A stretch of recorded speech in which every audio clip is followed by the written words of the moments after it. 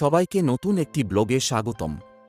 আবার চলে আসলাম আমার ঘরের কাজের একদম নতুন আরও একটি আপডেট ভিডিও নিয়ে।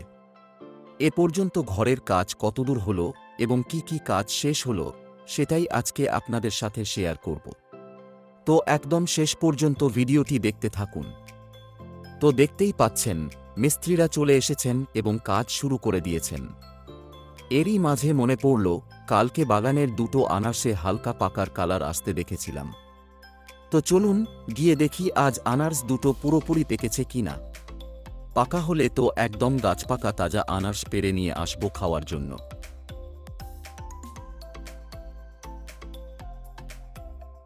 তো দেখতেই পাচ্ছেন সুন্দর পাকা আনারস দুটো গাছ থেকে পেড়ে নিচ্ছি। কালারটা কিন্তু হেব্বি এসেছে।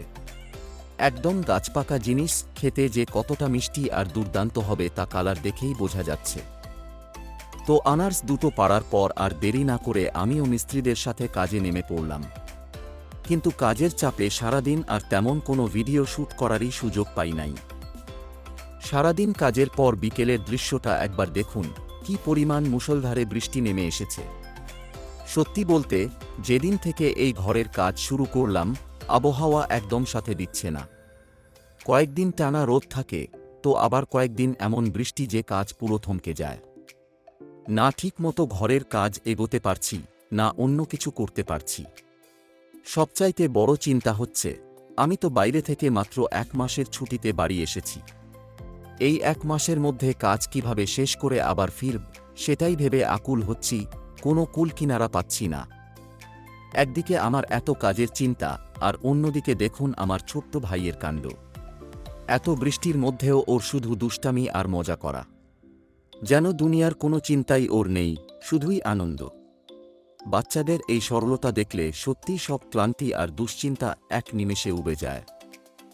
তো 1-2 দিন টানা বৃষ্টির পর যখনই একটু আবহাওয়া ভালো পেলাম, সেই ফাঁকেই একদম জানালা লেভেল পর্যন্ত দেয়ালের গাঁথুনিটা শেষ করে নিলাম।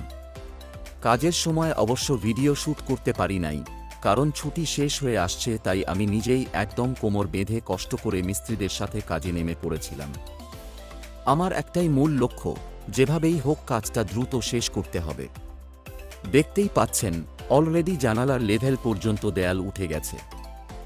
আর এই গাঁথুনিটা হওয়ার পর ঘরের রুমগুলো কোনটা কেমন হচ্ছে সেটার একটা স্পষ্ট রূপ এখন খুব সুন্দর বোঝা যাচ্ছে।